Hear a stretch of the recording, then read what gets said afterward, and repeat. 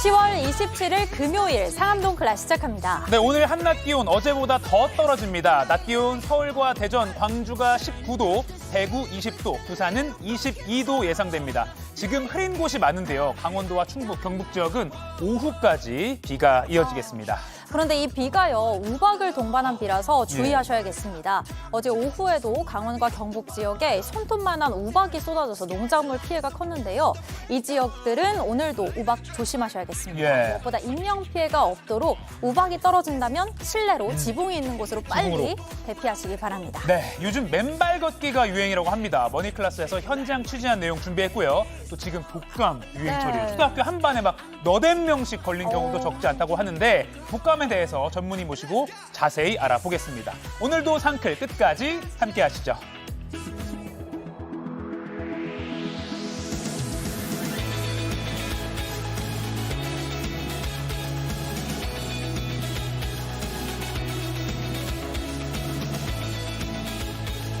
네, 조금 전 들어온 속보 먼저 하나 전해드리겠습니다. 오늘 오전 9시쯤에 경기 파주시 조리읍에서 군인이 갑자기 군용 차량에서 내려서 시민들에게 흉기를 휘둘렀다는 119 신고가 접수됐습니다. 112 신고가 접수됐습니다. 현재까지 시민 1명이 제압 과정에서 다친 것으로 알려졌는데요.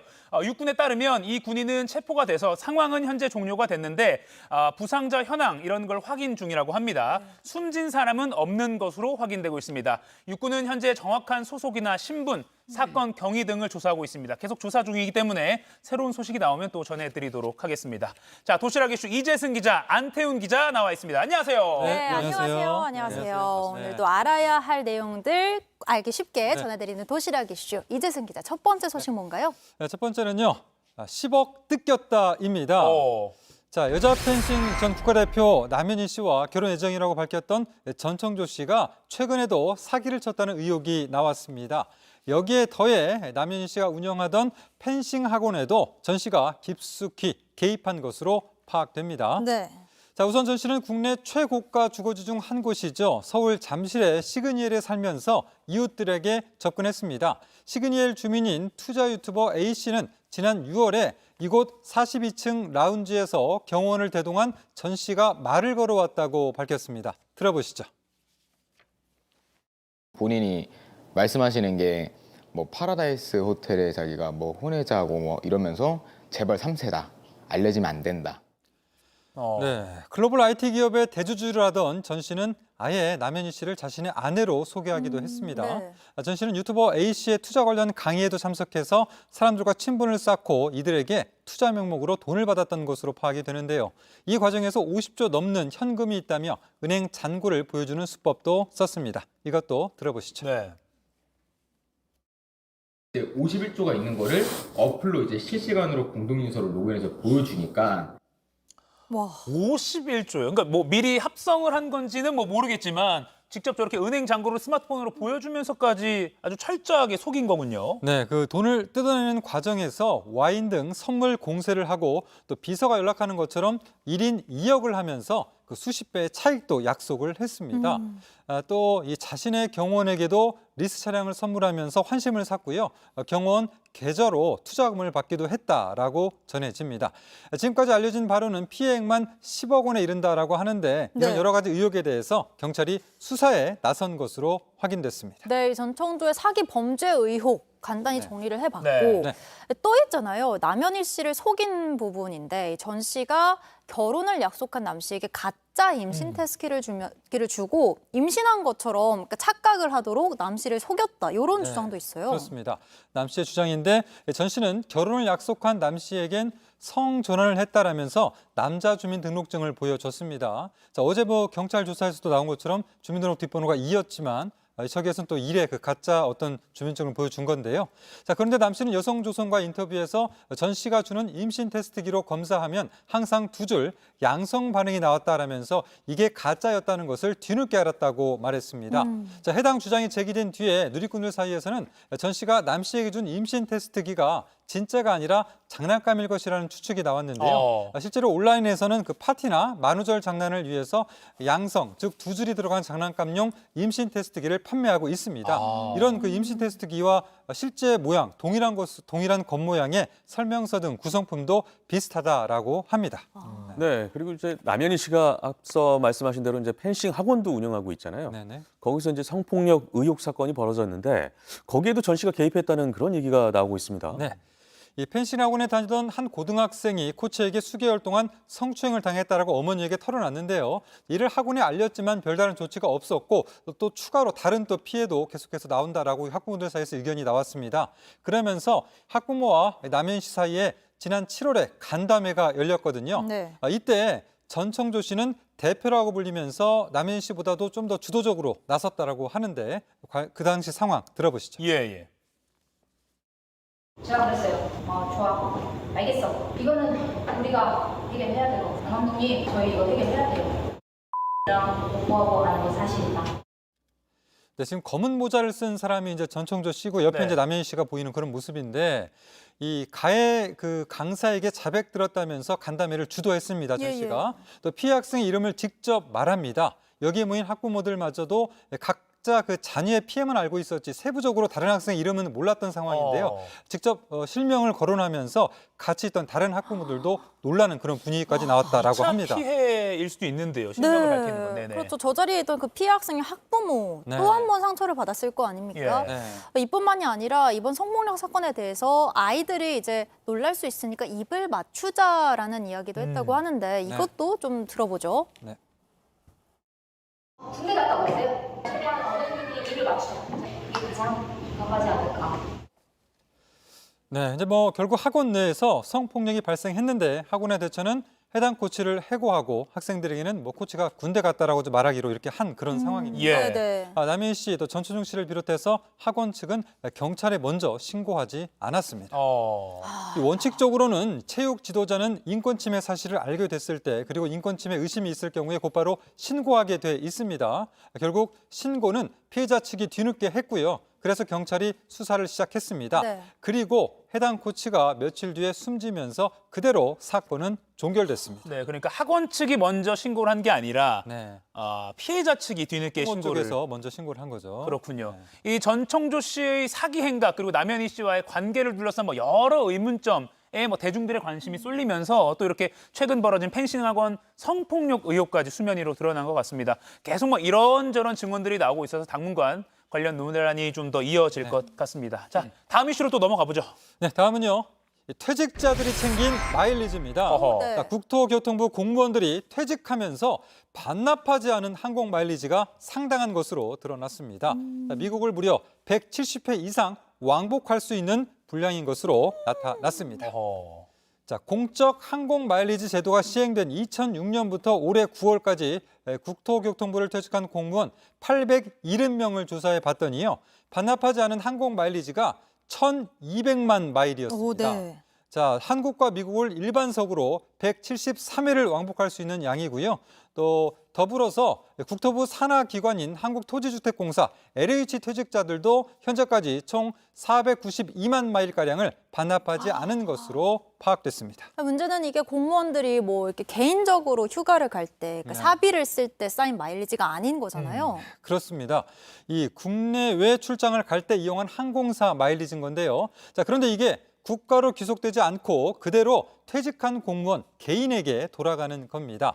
이 적립된 공적 마일리지를 퇴직 시 반납하도록 할 규정이 없기 때문에 이게 퇴직금처럼 변질됐다라는 지적이 나옵니다. 지금 그러니까 공적 마일리지를 퇴직할 때 반납해야 될 규정이 없다고요? 관련 규정이 마련되지 않은 겁니까? 그렇죠. 정작 그 항공사를 이용할 때는 예, 나라 예. 돈으로 공무원 입장에서는 쓴 건데 네네. 또 개인적으로 마일리지는 적립한 그런 상황이 되겠죠. 예. 네네. 자, 국토교통의 유경진 의원이 받은 자료에 따르면 인사혁신처 업무 지침엔 이 공무상 출장으로 발생한 마일리지는 공적으로만 활용해야 한다라고 규정돼 있습니다. 여기까지 이해가 돼요. 자, 그런데 문제는 퇴직 때 발생을 하는데요. 네. 현직의 공무원을 일하고 있을 때만 해당되고 퇴직할 땐 이렇게 이미 쌓여 있는 마일리지를 어떻게 할 것이냐라는 규정이 없는 겁니다. 그러니까 규정이 이렇게 돼 있으니까 재직 중에 공무원에게 적립된 마일리지는 퇴직 시에 고스란히 이제 개인께 되는 거군요. 그렇습니다. 자, 이 때문에 이 공무적으로 이용할 땐 항공권 마일리지를 없애고 선 할인 제도를 도입해야 한다 이런 지적이 나오는데요. 예. 아예 마일리지 적립 대신에 먼저 가격을 낮춘 그 노 마일리지 티켓이 필요하다라는 겁니다. 그것도 괜찮네요. 네. 근데 그렇게 하려면 또 이 과정에서 항공기 이용이 정말 공무인지 개인인지 개인적인 일을 위해서 쓰는 건지 이걸 좀 제대로 파악하고 관리할 수 있는 제도도 좀 같이 필요할 것 같다는 생각도 그러네요. 들어요. 네. 네, 그럼 다음 이슈도 들어볼까요? 다음은요. 축의금 얼마가 적정입니다. 자, 화창한 가을 날씨에 산과들이 오색으로 물들고 있는 이때 주변에서 결혼 소식도 자주 들려오는데요. 네. 자, 결혼식에 초대받은 하객들이 축의금으로 지출하는 비용이 공개됐습니다. 자, 최근 한 카드사가 고객 400여 명을 대상으로 결혼식장 축의금은 얼마를 내는 것이 적절한지 조사를 했는데요. 그 결과 알고 지내는 사이에는 5만 원 이하를 낸다는 응답이 53%였고요. 5만 원 초과 10만 원 이하를 낸다는 응답은 44%로 집계됐습니다. 네. 여기서 친한 사이에는 5만 원 초과 10만 원 이하가 52%로 가장 많았습니다. 그러니까 이걸 평균을 좀 내보면 평소 알고 지내는 사이 그러면 한 8만 원 정도 되는 건가요? 네, 뭐 그렇게 볼 수도 있겠죠. 네. 아, 저도 얼마 전에 결혼을 했기 때문에 참 관심이 가는데 네. 일단 뭐 축하해 주신 분들, 직접 와 주신 분들, 그리고 따로 축하해 주신 분들 다 너무 감사하더라고요. 네. 축복을 많이 받을수록. 그래서 좀 축의금 비용도 중요하지만 무시는 못해요. 왜냐면 결혼식 비용이 워낙 많이 많이 드니까. 그렇죠. 네. 그래서 그것도 너무 감사하고 축하해 주신 것도 감사하다. 근데 이제 이 결혼식을 참석한 입장에서 축의금을 낼 때 여러 가지 좀 고민이 드는 건 사실이에요. 그러니까 아, 내가 이 사람과의 관계에서 얼마나 이 사람은 친하다고 생각하지? 뭐 이런 것도 따져야 되고 또 일반 웨딩 뭐 식장인지 아니면 호텔인지 호텔도 뭐 엄청 좋은 호텔이면 그 마련하는데도 돈 많이 들었을 테니까 아, 더 많이 내야 되나 이렇게 막 따져보게 되더라고요. 네, 그렇습니다. 그 이번 조사에서도 동반자 여부와 결혼식장의 식대가 축의금 액수에 영향을 미친다라고 나왔습니다. 아. 자, 호텔처럼 식사비가 비싼 곳이면 축의금을 더 많이 낸다고 응답한 사람이 61%였고요. 또 동반자가 있으면 축의금을 더 낸다 이런 응답도 76%에 달했습니다. 아, 그러니까 동료나 친구 이렇게 사적인 관계보다 친인척의 결혼식일 때 축의금 부담이 더 크다 이런 의미인가요? 네, 그 촌수로 3촌 이내의 관계에서 오가는 축의금 액수가 가장 많았거든요. 오, 네. 3촌 이내의 결혼식에 50만 원 초과 100만 원 이하의 축의금을 낸다라는 사람이 43%로 가장 많았습니다. 네, 얼마 전에 그 퇴직한 동료에게 우리 자녀가 결혼하니까 축의금을 보내라라고 문자 메시지를 그러니까 전 직장 동료에게서 받은 거죠. 네. 근데 그 직장의 사연이 소개되면서 이게 좀 해묵은 네. 축의금 논쟁이 이게 여러 번 이렇게 다시 나왔었는데 이건 정말 온라인에서 토론회 100분 토론해야 될 그런 수준의 상황 아닌가 싶습니다. 여러분들 뭐 내일 모레 이렇게 주말 맞아서 결혼식 많이 가실 텐데 어떤 의견인지 유튜브로도 한번 올려주시면 좋겠습니다. 자, 이재승 기자 잘 들었고요. 이어서 지금 이 시각 모바일에서 가장 화제가 되고 있는 소식 정리해 드리겠습니다. 안태용 기자 전해주세요. 네, 자리를 잠시 이동했습니다. 네. 네, 상클이 뽑은 광클이 뉴스입니다. 지금 누리꾼들은 어떤 소식에 관심이 있는지 살펴보겠습니다.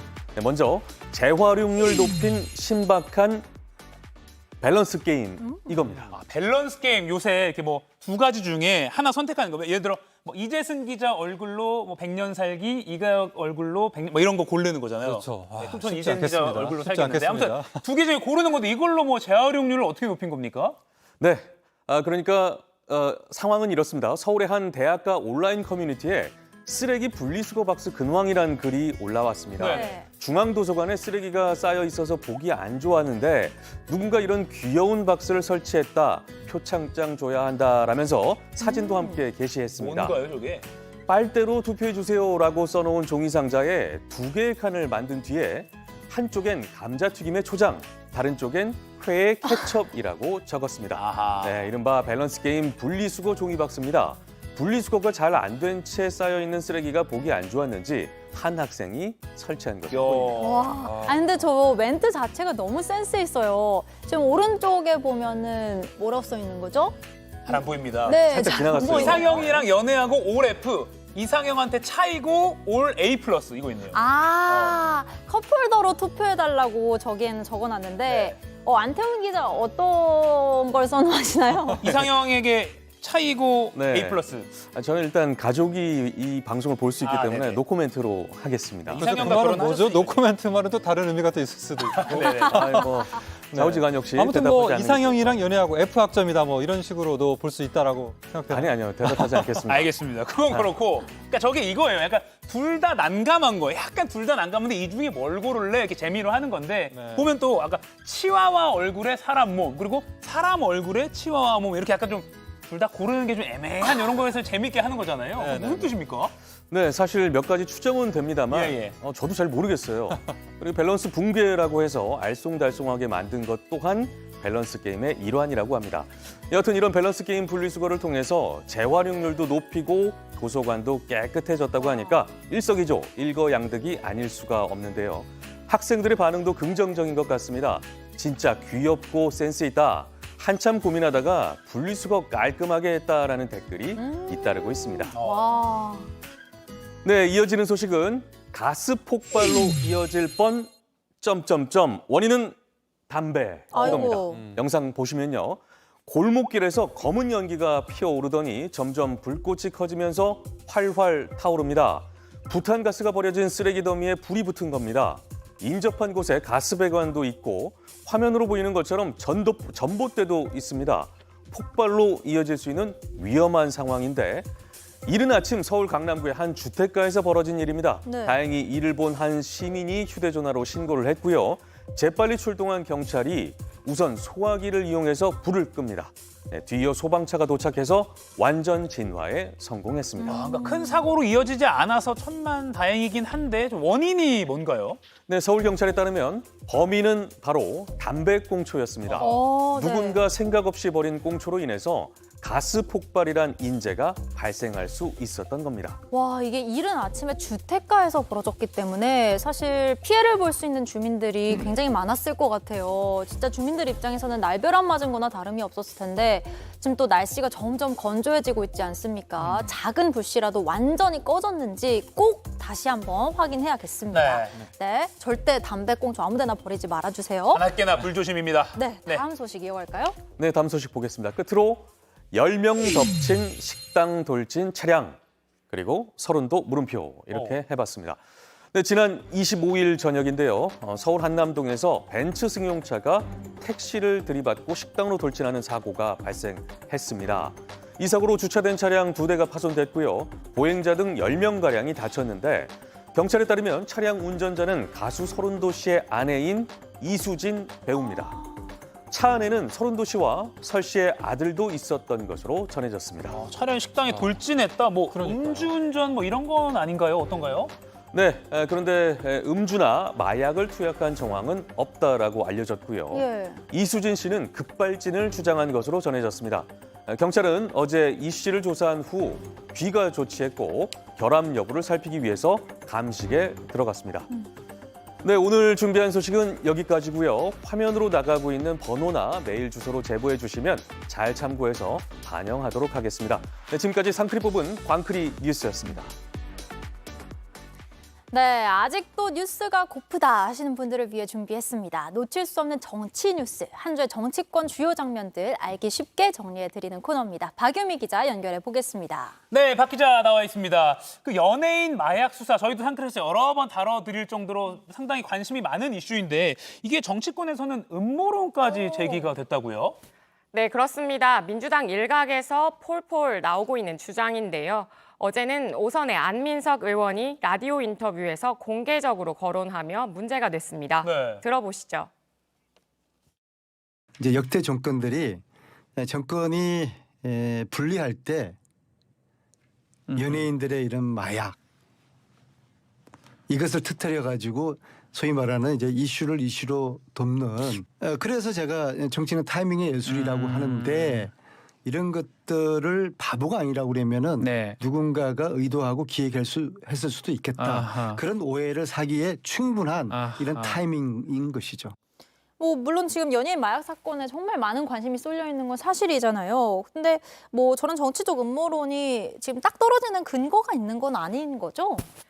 네, 그래서 어제 열린 법사위 국감에서도 이 인터뷰가 논란이 됐는데요. 한동훈 법무장관이 직접 대답을 했습니다. 이 장면도 같이 보시죠. 네. 정치 중요한데요. 그런데 마약은 정치와는 무관하고 마약은 정치를 모릅니다. 저 정도면 병 같습니다. 병이라 그러면 무슨 병인가 저게 뭐 정신병인가 거짓말하는 병인가 이렇게 이제 되지 않습니까? 그래서 위원장님 좀 그 부분은 좀 지나친 그런 경우는 좀 조심하면 좋겠습니다. 장관도 정무직으로서 본인 책임하에 발언하고 뭐 그러지 않겠습니까? 그런데 좀 과하지 않습니까? 연예인 마약 사건을 전국 타개용 기획 이런 식으로 몰고 가는 거는 그러니까 한동훈 장관 발언도 좀 센 것 같기도 하고요. 이 발언이 과했다라고 민주당 간사가 지적을 또 한 거군요. 네, 민주당 소속 한 인사는 소셜미디어를 통해서도 공개적으로 무얼 덮으려고 하냐는 주장을 펴기도 했는데요. 근거 없는 음모론은 소모적이고 괜한 혼란과 정쟁을 부추길 뿐인데도 정치권 고질병은 고쳐지지 않는 것 같습니다. 물론 이에 앞서 국민 신뢰를 얻을 수 있는 정부 여당의 노력이 전제가 돼야겠고요. 네. 자, 그럼 다음 장면도 볼 텐데 이것도 어제 열린 법사위죠.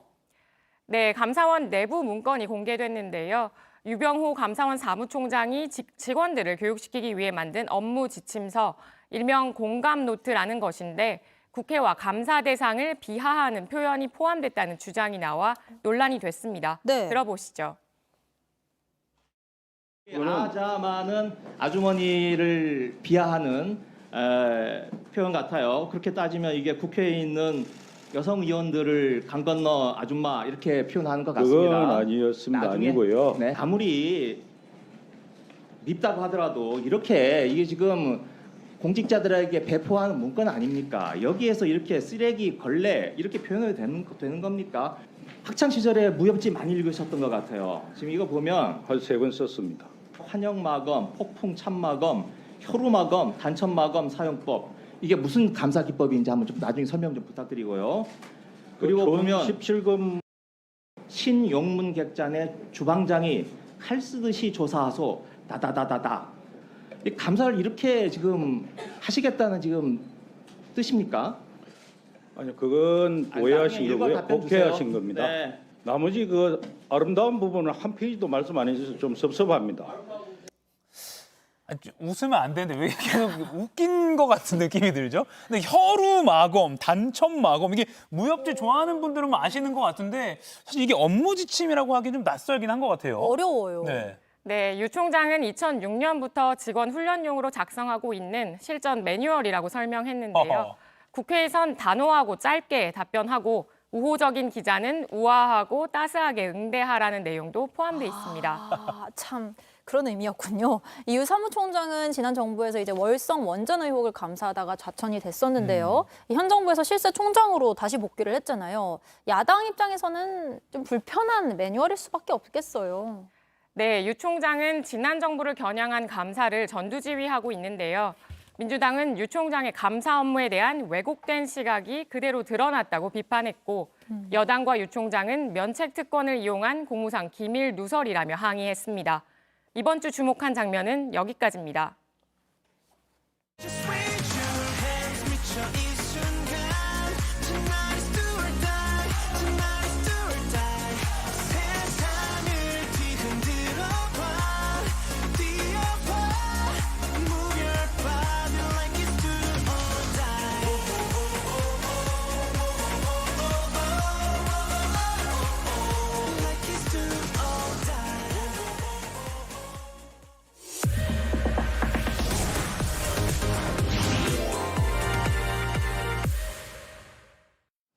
네, 지금 시각 10시 23분입니다. 저 같은 경알못, 경제를 잘 알지 못하는 사람을 위한 당장 내 돈이 되는 정보 머니클래스. 자, 오늘은 이주찬 기자가 직접 현장을 발로 뛰어 취재한 생활 정보를 다루는 발품 경제 시간입니다. 안녕하세요. 네, 안녕하세요. 자, 이번 주 머클남 머니클래스의 남자 어딜 갔다 오셨는지도 궁금합니다. 네, 이번 주는 그야말로 발품을 파는 그런 취재를 했습니다.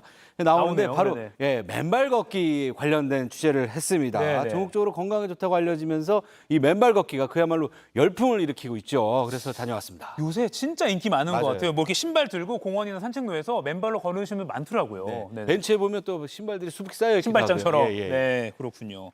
문화 현상이라고까지 평가하시는 분들도 있더라고요. 맞아요. 이 열풍을 넘어서 문화 현상이라고 좀 얘기를 하는데 네네. 그래서 어떻게 걷는 것이 바르게 걷는 것인지 또 시중에 떠도는 잘못된 정보는 무엇인지 제가 한번 알아봤습니다. 네, 영상으로 같이 보시죠. 맨발 걷기 광풍이 불고 있습니다. 삼삼오오 모여 맨발 걷기를 하는 시민들의 모습은 이제 공원의 한 문화로 자리 잡고 있습니다. 휴일 오후 남산공원 산책로. 이곳 역시 맨발 걷기에 나선 시민들로 북적입니다. 제가 맨발 걷기를 한 3개월째 지금 하고 있거든요. 맨 처음에는 아팠어요. 되게 아팠었는데 지금 가면 갈수록 시원하다는 느낌이 더 좋습니다. 나들이 겸 나왔는데 맨발 걷기가 되게 유행한다 그래가지고 애기랑 한번 걸어보려고 나왔어요. 어때요? 애기도 재밌어 하는 것 같고. 일반 걷기보다 건강에 더욱 좋다고 인식됐습니다. 올해 84살 황옥분 할머니는 최근 몇 해 동안 꾸준히 맨발 걷기를 하면서 건강을 되찾았다고 말합니다. 맨날 조직 검사하고 그러는데 뭐 임파선에 혹이 2개가 있어가지고 네. 그게 없어졌대요. 이게 걷기 하신 효과가 있는 것 같아요? 네. 그리고 잠도 잘 와요. 얼마나 걸으세요? 1시간 더 걸어요. 며칠? 아니 노상이야 날마다. 맨발 걷기를 하면서 유의할 점도 있습니다. 네, 요즘 맨발 걷기가 전국적으로 유행하면서 이렇게 산길 걸으시는 분들도 있는데요. 발에 상처가 날 수 있기 때문에 각별히 주의하셔야 되고요. 또 아예 파상풍병 예방하는 주사를 맞고 시작하는 것도 하나의 방법이라고 조언합니다. 바르게 걷는 자세도 중요합니다. 잘못된 자세로 걷게 되면 몸에 무리를 줘 관절염이나 디스크 등 오히려 독이 됩니다.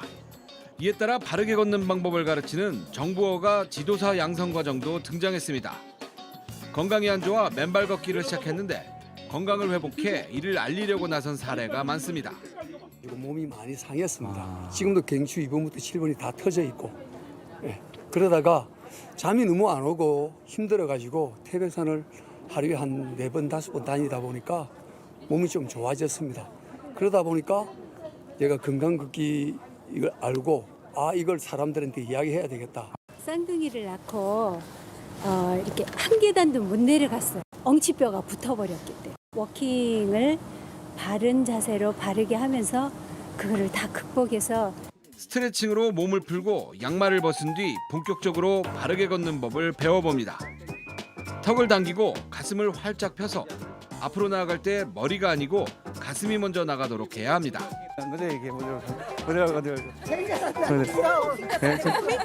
빨리 걷기보다는 발 뒤꿈치에서부터 발 중앙, 마지막으로 발가락으로 땅을 움켜쥐듯 나가면서 천천히 걷는 것이 좋다고 합니다. 맨발로 걸을 때 발의 움직임이 매우 자연스럽죠. 그러다 보니까 이 발의 근육들 또 인대들이 훨씬 더 잘 강화될 수 있는 그런 효과가 있습니다. 또 하나는 신발 때문에 생기는 이제 무지외반증 같은 발 기형을 예방할 수가 있고 발과 발목 사이의 이 균형감이 굉장히 중요한데 이 맨발로 걸으면 그 균형감이 훨씬 더 강해집니다. 이 방금 영상 나온 대로 좀 신경 써서 걸으면 좋을 것 같아요. 턱을 당기고 가슴이 먼저 나온다는 생각으로 걸어라. 근데 발이 또 모든 장기와 연결돼 있다는 그런 한의학 원리도 있잖아요. 그래서 뭐 두통이 있을 때 어디를 누르고 뭐 이런 거 있잖아요. 그래서 뭐 발바닥 지압 신발도 있고 그러니까 인기가 많을 수밖에 없는 것 같아요. 맞아요. 그래서 맨발 걷기는 지압 효과가 있다고 알려지면서 이제 예. 울퉁불퉁한 데도 걷기도 하고요. 또 울퉁불퉁한 데를 걸으면서 안 쓰던 근육도 쓰게 되고 또 감각 영역도 활성화되고 또 에너지 소모가 많아지면서 이 고효율의 유산소 운동을 하는 효과가 있습니다. 고효율에 같은 시간을 하더라도 더 효율이 높게. 그렇군요. 그러니까 이렇게 관심과 인기가 높아지니까 뭐 지자체마다 이제 맨발 걷기 길, 특히 뭐 황토길을 만드는 것도 이제 점점 늘어나고 있다고요. 네네. 그 현장에서 시민들 인터뷰를 하다 보니까 기존에는 이제 지압하는 돌길이 많이 조성되어 있는데 좀 부드러운 황토길을 좀 만들어줬으면 하는 그런 분들이 많이 있더라고요. 그래서 황토길을 만든 그런 공원을 한번 제가 취재를 해봤습니다. 네, 이것도 현장 바로 영상 보시죠. 맨발 걷기 인구가 많이 늘어나면서 다양한 목소리가 나오고 있습니다. 그중에서도 기존 지압 효과를 높인 돌길에 이어 황토길을 만들어달라는 요구가 많습니다. 진흙을 깔아줬는데. 황토길. 네, 근데 여기는 발바닥이 너무 아프지. 개들이 오줌 싸고 똥을 싸니까. 내가 아마 여기서 맨발 걷기 한 걸 최초로 시작했을 거요. 여기는 황토 길을 만들었으면 참 좋겠다. 최근 황토길로 맨발 걷기 길을 만든 성남시 율동공원을 찾아가 봤습니다. 반갑습니다. 어디 황토길 걸어보셨어? 예. 아, 안녕하세요. 아, 맞지? 저기 어떻게 시장님. 예, 시장입니다. 저희는 저 황토길이 조선때 취재에 나왔는데 예. 시장님은 어쩐지? 저는 황토길 시장이잖아요. 아, 그러세요? 그러니까 오늘 비가 와가지고 이게 황토가 좀 미끄러울 수가 있어서 좀 시민들 이용하시나 보는데 오늘 비가 와서 아마 이용을 오늘 어떻게 좀 하시는지 점검하러 예, 나오나. 점검하고. 촉촉한 가을비가 내리는 오전 신발을 벗고 본격적으로 황토길을 맨발로 걸어보았습니다. 땅에 닿는 보드라운 촉감과 촉촉히 젖어 푹신한 느낌이 마치 체중이 줄어든 듯 발걸음이 가뿐합니다. 그 의학적으로 뭐 체중 감소나 또 근력 강화에 신발 신고 하는 것보다 더 좋다. 네, 이런 좀 평가들이 있고요. 그리고 이 혈액 순환에 굉장히 도움이 되고, 예, 그리고 우선 또 이 정신적으로 굉장히 이게 맨발이 땅에 닿는다는 거, 황토에 닿는다는 게 그 촉감이 굉장히 좀 상쾌한 기분이 들죠. 그야말로 맨발 걷기가 전국적으로 열풍을 불러일으키자 성남시는 율동공원에 740m짜리 황토길을 비롯해 대원공원과 수진공원 등 모두 6곳에 황토 맨발 전용길을 만들었습니다. 예, 우리는 공원에다가 이제 만들었습니다. 이 공원의 숲과 또 자연과 함께 어우러지면서 힐링하면서 건강을 챙길 수 있는 그런 코스를 선정을 해서 매일 오시는 분이 많으세요. 황토길은 비가 오면 황토가 쓸려 내려갈 수 있고 미끄러워져 사고 우려가 있어서 조성과 함께 사후 관리가 무엇보다 중요합니다. 다 같이 걸어봤는데요. 예. 아주 발이 어떠세요? 씻고 나니까 아주 뭐 발이 후끈후끈하고 따뜻하고 아주 기분이 좋죠? 예. 이런 느낌 이거 해봐야 합니다. 많이들 황토길 이용하셔서 건강 챙기시고 힐링하시길 바랍니다. 네, 지금 댓글로 뭐 오징어 삼겹살님이 저기 어디예요 했는데 지금 성남 율동공원을 네. 취재한 거고요. 아까 대원공원, 수진공원 등 6곳에도 황토 맨발 전용 길이 있다. 그러니까 이게 걸으면서 지구의 기운, 땅의 기운을 뭐 맨발로 받는다 이런 분들 많더라고요. 네. 네네. 요즘 그 유행하죠. 실제로 그런 뜻이 어싱이라는 영어 표현을 써서 이제 어싱. 하는데, 예. 네. 영어로 지구를 뜻하는 earth하고 능동형 ing를 붙인 단어인데요. 접지라는 뜻이 원래 있습니다. 어싱이. 신체 일부분을 지표면에 직접 접촉하는 행위, 예. 그러면서 이제 에너지를 받는다. 뭐 이렇게 지금 알려져 있는데 네. 이런 걸 자주 하는 사람들도 어싱족이다. 요즘에는 이렇게 그냥 부르고도 있다고 어싱족. 합니다. 예. 얼스가 뒤에 TH니까 thing이라고 해야 되나요? 예, thing인데 이제 어싱 이렇게 한다고 합니다. 예. 그리고 뭐 이게 뭐 이거는 검증되진 않았지만 암까지 나았다 이렇게 좀 말씀하시는 분들도 있잖아요. 예, 근데 이게 뭐 검증되지는 않았습니다. 예, 검증되지는 않았고요. 이게 사람도 생체 전류라고 해서 약간의 전류가 흐르거든요. 이 전류가 뭐 기억도 하게 하고 심장도 뛰고 여러 가지 기능을 하는데 네. 이 전류로 인해서 만들어진 활성산소, 이 몸에 나쁜 게 땅과 접지하면서부터 이걸 다 내려보낸다. 또 지구의 좋은 기운을 받는다. 뭐 이래서 이게 이제 어싱 효과가 이렇게 알려지면서 유행을 하게 되는 건데 다시 한번 말씀드리지만 의학적으로나 과학적으로는 입증됐다 이렇게 보기는 어려운 게 이제 중론이고요. 그렇기 때문에 너무 확신하시진 않는 것이 좋다. 네. 왜냐하면 이 어싱에 좋다고 하는 그런 제품들을 또 만들어가지고 고가에 판매한 일당들이 수십억 원의 사기를 친 일당들이 잡히기도 했거든요. 아하. 그렇기 때문에 이게 입증되지 않았기 때문에 그런 제품들은 다 사기다. 네. 예, 이렇게 볼 수 있습니다. 그러니까 이제 저렇게 공원 조성된 곳에 맨발로 가서 좋은 공기 마시고 그렇게 뭐 친구들과 담소 나누고 요게 건강을 유지하는 그렇죠. 비결 아닐까? 어쨌든 맨발 걷기는 건강에 좋다는 거는 네네. 뭐 확실하니까요. 네, 속지 않게 주의해야 되고 아까 파상풍 주사도 말씀하셨는데 네네. 주의해야 될 점 마지막으로 간략히 정리해 주시죠. 예, 그렇습니다. 이 맨발 걷기를 하다가 상처가 나면 특히 이제 당뇨병 환자분 같은 경우는 잘 안 낫거든요. 예. 또 일반인들도 파상풍병에 걸릴 수 있기 때문에 이 상처에 주의해서 파상풍 예방 주사 한 12,000원에서 3만 원 정도 이렇게 한다고 해요. 예. 그리고 정 발이 아프신 분들은 얇은 양말 같은 거 신으시고 무릎 보호대 정도, 그러니까 고가의 제품 같은 거는 사용하지 않으셔도 네. 괜찮다 이렇게 조언 드리고 싶습니다. 그리고 황토끼를 가면 이제 끝나고 씻어야 되니까 수건 하나는 그렇죠. 갖고 수건 다니셔야겠네요. 하나 챙기셔서 가는 것도 팁입니다. 알겠습니다. 자, 마무리하기 전에요. 오늘도 2분 뽑아서 영화 관람권 2장씩 드리는 퀴즈 준비되어 있습니다. 자, 신체 일부분을요, 지표면에 직접 접촉하는 접지 행위를 말합니다. 영어로 지구를 뜻하는 earth에 능동형 ing를 붙인 단어입니다. 맨발 걷기를 아예 이렇게 부르는 경우도 있습니다. 이 단어는 무엇일까요? 1번 드레싱, 2번 어싱, 3번 미싱. 정답 골라서 지금 상클 생방송이 나가고 있는 JTBC 뉴스 유튜브에 실시간 댓글창에 남겨주시면 2분 뽑아서 방송 마치기 전에 발표해드리도록 하겠습니다. 지금까지 머니클래스 이주찬 기자 이야기 나눠봤습니다. 맨발로 나가시죠. 고맙습니다. 지구촌에서 화제가 된 소식들 알아보는 월드클래스입니다. 중국 상하이의 지하철은 출퇴근 시간 외에도 항상 사람이 많아서 복잡한데요. 서서 가면 힘들다고 꼼수를 부리는 불청객들이 부쩍 늘어 골머리를 앓고 있습니다. 10,000원 지하철 정말 힘들죠. 앉지도 못하고 서서 가면 한층 더 고된 건 알지만 그렇다고 이래도 되는 걸까요? 서 있는 사람들과 바닥에 앉아 있는 사람들이 마구 뒤섞여서 한층 더 혼란스러워 보입니다. 중국의 최대 경제도시 상하이를 누비는 노선은 80여 킬로미터에 달하는 장거리를 운행하는 만큼 탑승 시간이 긴 승객들이 많은데요. 그래서 이렇게 휴대용 의자를 들고 다니는 사람들이 갈수록 늘고 있다고 합니다. 특히 지하철 첫 칸과 맨 끝 칸의 출입문 주변이 이른바 의자 자리 명당으로 소문이 나면서 일반 승객들이 탑승하는 데 불편함까지 주고 있는데요. 지하철 당국이 휴대용 의자를 사용하지 말라는 내용의 안내 방송을 내보내고 지하철 곳곳에 의자 휴대 금지 안내문을 붙이고 있지만 별 소용이 없다고 합니다. 이 현상이 계속되면서 민폐 논란이 거세지자 중국 공안부와 협동관리체제를 구축해 개인 의자족들을 엄벌하는 방안까지 고려하고 있다고 합니다. 혹시 농사를 지으려고 갈아엎어 놓은 걸까요?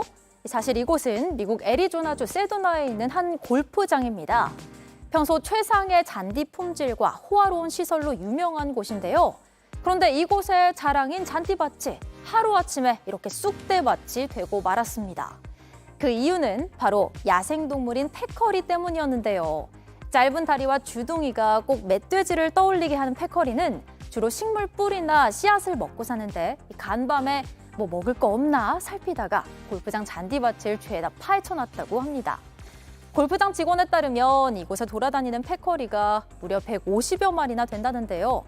하지만 사연을 접한 사람들은 골프장 개발로 서식지를 잃은 패커리의 습격을 이해해야 한다며 오히려 패커리떼에게 응원을 보내고 있습니다. 주말을 맞아 찌뿌둥해진 몸 한번 풀어볼 계획이 있으시다면 이런 건 어떨까요? 특별한 스포츠 현장으로 가보겠습니다.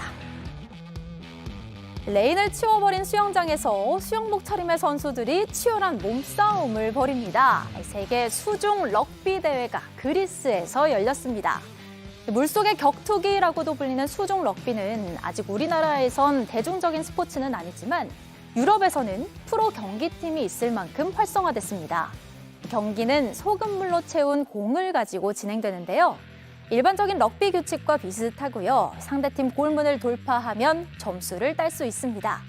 올해도 세계 각국에서 11개 팀 160여 명의 선수들이 대회에 참가한 가운데 뉴질랜드와 남아프리카 공화국이 최종 결선에 올라가 치열한 한판 승부를 벌였는데요.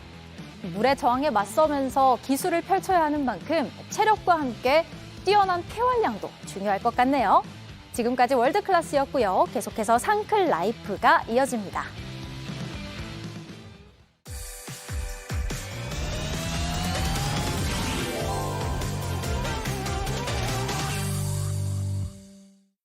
상클 라이프 시간입니다. 오늘은 여러분의 건강을 관리해 드립니다. 오늘의 주제 바로 만나보시죠. 네, 올겨울 대유행주의보 독감 독감 피하는 방법은 지난해 발령한 독감 유행주의보가 이례적으로 계속 이어지고 있습니다. 곧 다가올 겨울에는 절정에 달할 걸로 보여서 올겨울에 특히 독감 정말 조심해야 할 것 같은데요. 오늘은 독감에 대한 모든 것 인제대 백병원 김경호 가정의학과 교수 함께 만나서 들어보겠습니다. 안녕하세요. 안녕하세요. 네. 아니 저희 아이가 초등학생인데 한 반에 뭐 여러 명 걸리고 난리가 났더라고요. 소아과마다. 먼저 독감 많이 들어보긴 했는데 정확히 어떤 질환인지 좀 간단히 설명 좀 해주세요. 네, 독감하게 되면 독감 바이러스, 그러니까 인플루엔자 바이러스에 의한 감염 질환인데요. 네. 주로 이제 호흡기를 감염시키기 때문에 호흡기 하게 되면은 코나 목, 또 폐 같은 하기도들을 감염시켜서 네. 기침이 나고 콧물이 나고 목이 아프고 이런 호흡기 증상과 더불어서 막 열이 나고 머리가 아프고 근육통이 생기는 전신 증상이 동반되는 그런 감염성 질환이 되겠습니다. 네, 감염성 질환. 이게 독감이라서 독한 감기라고 생각하시는 분들이 굉장히 많아요. 근데 이게 맞나요, 교수님? 네, 우리가 일반적으로 감기하게 되면 여러 가지 호흡기 감염 중에서 상기도 감염, 네. 그러니까 코나 목에 생기는 감염증을 말하는데요. 네. 그렇기 때문에 콧물이 나고 목이 아프고 기침을 하고 이러한 증상을 생기게 하는 것이 여러 가지 바이러스들이 이제 존재하게 됩니다. 한 200여 종이 알려져 있는 것으로 알려져 있는데 예. 우리가 독감, 그러니까 인플루엔자라고 하는 바이러스는 그 중에 하나고요. 일반 감기 바이러스들과 이 독감 바이러스와의 차이는 일단 일으키는 증상이 독감 바이러스는 굉장히 심한 증상을 일으키는데 갑작스러운 고열을 일으키기도 하고요. 예. 또 전신 증상이 너무 심해서 근육통이 너무 심하고 너무 피곤해서 밤에 응급실을 찾아야 할 정도로 매우 심하기도 하고요. 또 이제 상기도 감염뿐만 아니라 하기도 감염, 폐렴을 또 일으키기 때문에 폐렴이 생기면은 산소가 떨어지고 숨을 잘 못 쉬시고 호흡 부전이 오실 수가 있기 때문에 굉장히 사망하실 수 있는 굉장히 위험한 감염성 질환이 되겠습니다. 그러니까 감기는 그러니까 좀 쉽게 생각하면 조금 가볍게 생각을 많이 하잖아요. 경미한. 근데 독감은 그러니까 말씀하신 대로 하기도 좀 어려운 말이지만 그 폐 쪽까지 폐렴을 일으킬 수도 있고 심하면 사망에도 이를 수 있다. 그러니까 정말 조심해야 되는데 이 감기와 독감 발생 시기도 좀 다르다고요.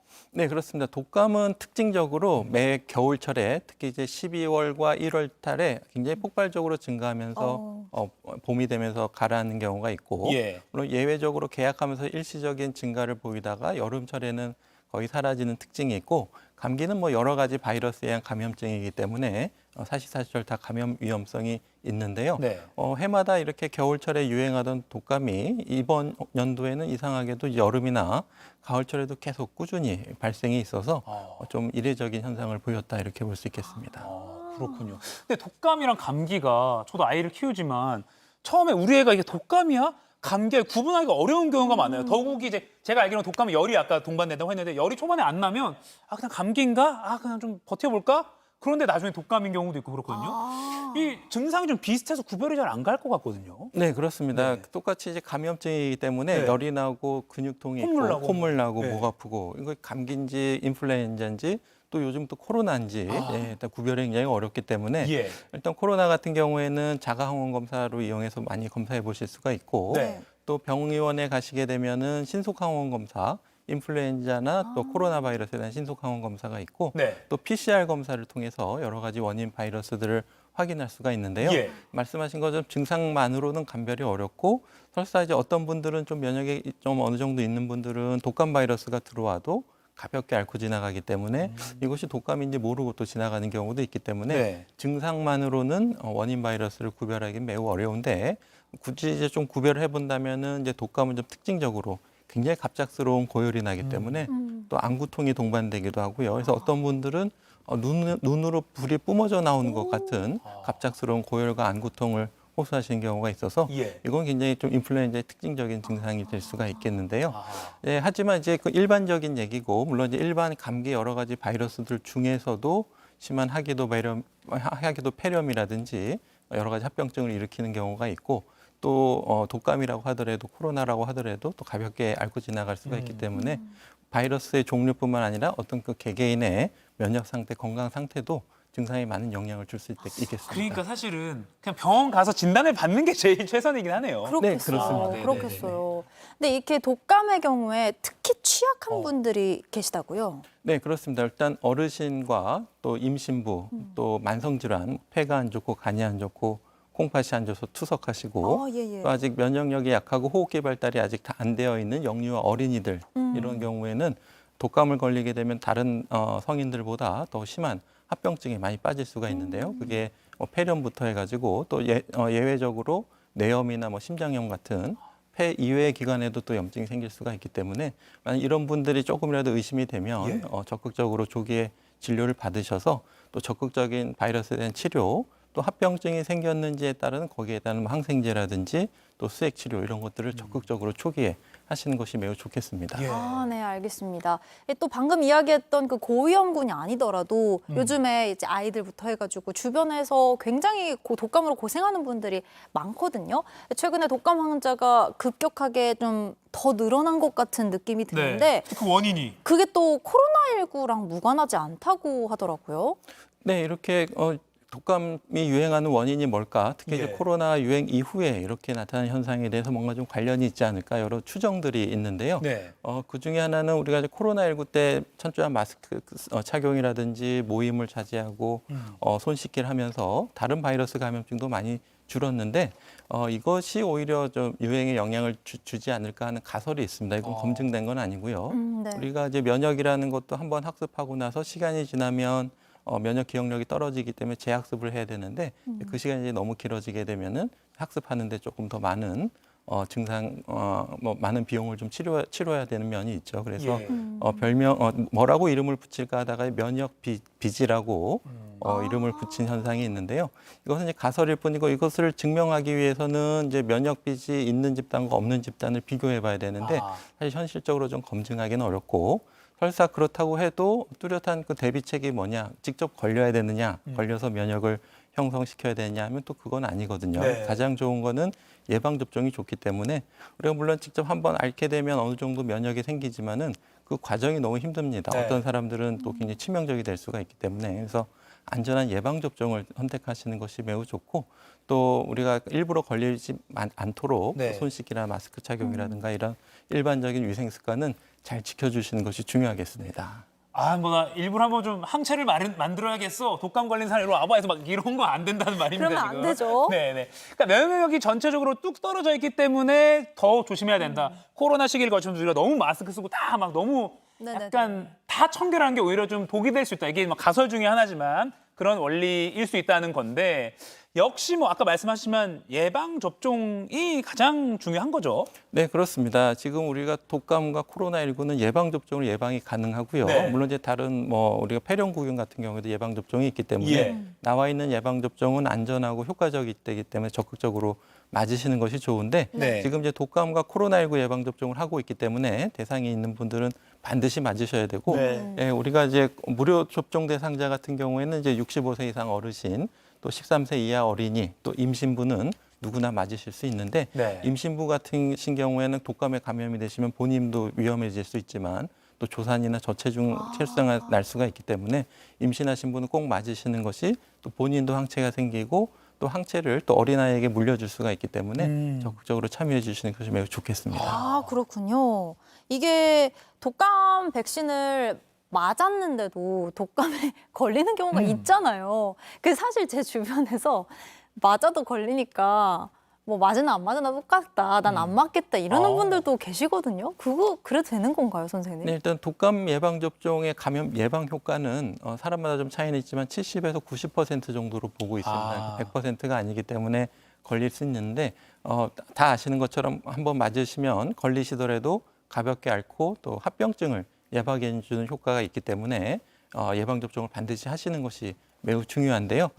지금 독감 예방접종 같은 경우에 무료 접종 대상자들은 적극적으로 먼저 맞으셔야 되지만은 무료 접종 대상자가 아니라고 하더라도 65세 이하라든지 또 임신부 가족이라든지 또 이런 고위험 환자분들을 돌보시는 종사자, 가족분들은 반드시 예방접종을 해주시는 것이 좋겠습니다. 그리고 이게 접종을 하고 나면 어느 정도 기간이 지나야 항체가 생기기 때문에 지금 이제 한겨울 앞두고 지금쯤 맞는 게 좋다는 말을 들었는데 그게 맞는 건가요? 뭐 몇 주가 걸리는 건가요? 그렇습니다. 맞고 나서 바로 항체가 생기시진 않고 한 2주에서 4주 정도 지나야지 어느 정도 항체가 생기기 때문에 11월, 12월 유행이 시작되기 때문에 지금 서둘러서 맞으시는 것이 매우 중요한데 네. 지금 이제 코로나19도 맞으셔야 되기 때문에 네. 2번 맞으시는 것보다 2가지를 한꺼번에 맞으시는 것이 매우 좋겠습니다. 예. 지금 요 상암 클래스 보시는 분들 주변 친구 지인분들한테 전화하셔서 자, 야 오늘 오후에 점심 먹고 맞으러 가자 연락 서로 하시면 되겠습니다. 네. 근데 독감 백신에 대해 부작용을 우려하는 분들도 많아요. 뭐 이렇게 뭐 갑자기 우리 애가 어지러워해요. 뭐 이런 글도 막 맘카페에 올라온 거 본 적이 있는데 부작용 이거 좀 어떻게 보십니까? 네, 일단 흔하게 생길 수 있는 이상 반응은 일단 접종 부위에 좀 빨갛게 아프고 붓고 이런 것들이 한 3명 중에 1명 정도 생기실 수가 있는데 네. 하루 정도 지나면 가라앉기 때문에 큰 문제는 없겠고 또 이제 맞고 나서 전신적인 이제 근육통이나 약간 그런 것들이 생기실 수가 있는데 그런 경우에는 우리가 이제 가지고 있는 코로나19 때 많이 하셨던 것처럼 이제 아세타미노펜 성분의 해열 진통제를 좀 복용하시는 것이 좋겠고 네. 충분한 휴식과 수분 섭취로 예방 접종하고 나서는 좀 쉬시는 것이 좋겠고요. 또 이제 드물게 이제 우리 계란에 알레르기가 있는 네네. 분들 같은 경우에 많지는 않지만은 또 독감 예방 접종에 소량이 있어서 큰 문제는 없지만 그것이 걱정되시는 분들은 우리가 세포 배양 백신, 계란을 사용하지 않은 백신도 있기 때문에 무료 접종으로도 맞으실 수 있고 유료 접종으로도 맞으실 수가 있겠습니다. 그러니까 정리하면 뭐 부작용 증상이 아예 뭐 제로다라고는 할 수는 없지만 그게 막 대부분 가볍게 지나가는 게 대부분이고 맞는 게 당연히 큰 이익이 있으니까 맞는 게 그러니까 보편화된 거겠죠. 네, 그렇습니다. 이게 확실히 좋다. 네, 네. 그리고 예방 접종 하시고 나서 갑자기 생길 수 있는 이상 반응에 대해서는 의료기관에서 한 15분 정도 머물면서 네. 관찰하시고 귀가하시는 것이 좋겠습니다. 네. 네. 아니 좀 전에 선생님께서 그 코로나19 백신이랑 같이 맞는 걸 권고한다라고 하셨잖아요. 같이 맞아도 괜찮은 거 맞죠? 네, 이제 한쪽 팔에 다른 부위에 맞으셔야 예. 되는데 말씀하신 것처럼 부작용이 더 늘어나진 않을까라는 네. 거에 대해서는 이미 안전하다는 것이 확인이 됐고요. 네. 그다음에 혹시 각각의 효과가 좀 떨어지는 것이 아닐까 하는 것에 대해서도 2가지 각각 동시에 맞으셔도 충분히 예방 효과가 있다는 것이 알려져 있기 때문에 여러 가지 편의성이라든지 또 예진을 2번 하시고 그러실 필요 없이 몸 상태가 좋으실 때 한 번에 2번 맞으시는 것이 좋겠습니다. 개인적으로 근데 2번 바늘 찔리면 좀 아플 것 같아서 걱정은 되지만 이런 농담을 할 때는 아닙니다. 알겠습니다. 아주 마지막 질문이 될 것 같긴 한데요. 이게 합병증으로까지 이어질 수 있기 때문에 굉장히 독감을 주의해야 된다 계속 강조하고 계신데 안 걸리는 게 좋긴 하지만 이미 걸리신 분들은 그럼 치료가 어떻게 되는지 좀 알려주세요. 제가 알기로는 이제 뭐 그 타미플루 뭐 이런 약을 먹으면 된다고 알고 있는데 맞나요? 예, 맞습니다. 이제 인플루엔자 독감 바이러스는 타미플루라고 하는 항바이러스제가 있기 때문에 예. 드시는 약이나 또 주사도 있고 그래서 증상 발생 후 48시간 이내에 쓰시면 효과가 있겠습니다. 네. 네. 코로나19는 이제 5일 이내에 약을 드시는 것이 좋은데요. 예. 이제 독감 같은 경우에는 이제 바이러스 자체에 대한 치료뿐만 아니라 아까 말씀드린 것 같은 합병증 같은 위험성이 있기 때문에 예. 혹시 이미 폐렴으로 좀 어느 정도 진행되거나 또 2차적인 세균 감염이 동반되고 또 그것이 이제 심한 여러 가지 폐혈증이나 다장기 부종 같은 합병증이 올 수가 있기 때문에 증상이 의심되시고 또 너무 어지럽다, 숨차다, 힘들다, 식사를 잘 못하신다 이런 분들이 계시면 초기에 적극적으로 검사를 받으시고 원인 바이러스를 확인하시고 그다음에 동반된 합병증에 대한 검사와 치료까지 적극적으로 하시는 것이 매우 중요하겠습니다. 그러니까 합병증이 계속 강조하시는 게 그러니까 독감이 무서운 거예요. 맞아요. 네네. 근데 진짜 제일 중요한 거는 안 걸리는 거니까 좀 예방법 실천할 수 있는 것들 좀 알려주세요. 진짜 마지막으로 짧게 딱 예방법. 네, 가장 중요한 것이 예방 접종이고요. 예방 접종했다고 해도 같은 위생 습관 매우 중요하겠습니다. 예. 마스크 착용, 사람 많은 산밀 환경을 피하시고 손 씻기를 하시고 또 지금 이제 의심 증상이 있을 때는 가급적이면은 대면 접촉을 좀 피하시는 것이 좋은데 예. 특히 고위험군 분들을 좀 직접 대면하는 것은 좀 피하시는 것이 좋겠고 네. 또 이제 충분한 휴식과 수분 섭취가 매우 중요하겠습니다. 열이 많이 나고 힘들기 때문에 좀 어느 정도 쉬는 것이 좋겠고 그다음에 이제 코로나19 같은 경우에 한번 걸리면 독감에 더 잘 걸리고 또 독감에 걸리면 코로나19에 또 잘 걸린다는 연구들이 있기 때문에 독감 예방을 위해서는 코로나19와 같은 다른 감염병 예방도 함께 해주시는 것이 매우 좋겠습니다. 네, 그러니까 생활 수칙도 어떻게 보면 코로나19 우리 국민들이 다 잘 지켰던 수칙, 손 잘 씻고 산밀 환경 각종 피하고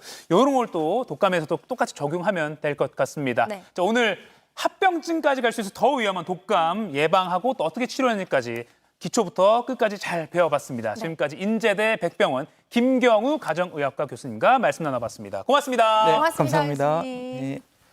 네, 방송 보신 분들 오늘 꼭 백신 접종하시면 좋겠습니다. 상암동 클래스 오늘 준비한 소식은 여기까지입니다. 오늘 깜짝 퀴즈 정답은요. 2번 얼띵이었습니다. 얼띵 띵, 혹은 TH. 어싱이라고 해도 돼요, 네. 여러분. 오늘 당첨되신 두 분 지금 자막으로 나갑니다. 오늘은 박민성님 그리고 학습지풀이님 두 분 축하드리고요. 상클 공식 이메일로 선물 받으실 주소 남겨주시면 선물 보내드리겠습니다. 네, 이번 주 일요일 10월 29일은 159명이 희생된 이태원 참사 1주기입니다. 서울광장에서 열리는 시민 추모대회를 비롯해서요. 주말에 곳곳에서 추모 행사가 있을 예정입니다. 저희는 다음 주 월요일 아침 10시에 찾아뵙겠습니다. 고맙습니다.